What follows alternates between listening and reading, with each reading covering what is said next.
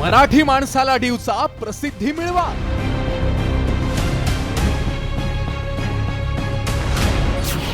लालू अमरसिंहांनंतर आला निशिकांत दुबे। मराठी विरोधातील राजकारण फळणार की भोवणार?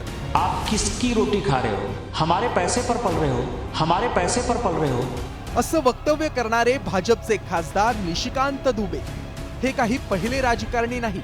जेव्हा जेव्हा महाराष्ट्रात मराठीचा जागर होतो तेव्हा तेव्हा मराठी द्रष्ट्यांनी डोळे वटारत महाराष्ट्राकडे पाहिल्याचं आतापर्यंत अनेकदा दिसून आलंय। महाराष्ट्रात रोजीरोटी कमवायची आणि त्याच परप्रांतीयांनी कायम मराठीला आणि इथल्या मराठी माणसाला गृहीत धरायचं। आतापर्यंत मराठीचा द्वेष करत प्रसिद्धीचं राजकारण करण्याचा प्रयत्न नेहमीच झालाय। आता तर बिहार निवडणूक तोंडावर आहे, म्हणजे भाषेच्या राजकारणाचा वापर हा होणारच। मुंबईवर केवळ मराठी माणसाचा हक्क नाही, राज ठाकरेंवर UAPA अंतर्गत कारवाई करा। 2008 ला मराठी माणसांनी महाराष्ट्रातील नोकऱ्या परप्रांतीयांना मिळाल्या विरोधात आंदोलन केल्यानंतर लालू प्रसाद यादवांनी हे वक्तव्य केलं। त्याचे पडसाद महाराष्ट्रात उमटले। लालू प्रसाद यादव बिहारी माणसांचे छत्र झाले।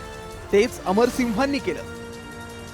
मुंबई कोणाच्या बापाची नाही असं वक्तव्य करून महाराष्ट्रातील मराठी माणसाचा आणि 105 हुतात्म्यांचा अपमान केला होता। त्यानंतर रामविलास पासवान। मुंबई ही भारताची आर्थिक राजधानी आहे। ती केवळ मराठी माणसाची नाही, इथे प्रत्येक भारतीयाला राहण्याचा आणि काम करण्याचा हक्क आहे। मुंबईतील मराठी माणसांना अक्कल शिकवण्याचा हा प्रयत्न फक्त परप्रांतीयांनी केलेला नाही, तर मुंबईच्या जीवावर मोठं होणाऱ्या अबू आझमींनी मराठीत आमदारकीची शपथ घेणार नाही असं म्हणत मराठी माणसाला डिवचलं।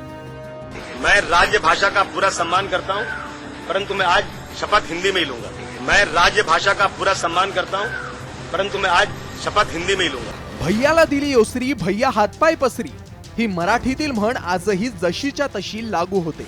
परप्रांतीयांना विरोध नाही, देश म्हणून एकत्र आहोतच, मात्र म्हणून दुसऱ्यांच्या घरात दादागिरी करण्याचा अधिकार मात्र या परप्रांतीयांना कोणी दिला? महाराष्ट्राच्या राजकारण्यांनी मताच्या काही तुकड्यांसाठी महाराष्ट्राची अस्मिता वेशीला टांगू नये। ब्युरो रिपोर्ट, साम टीव्ही न्यूज।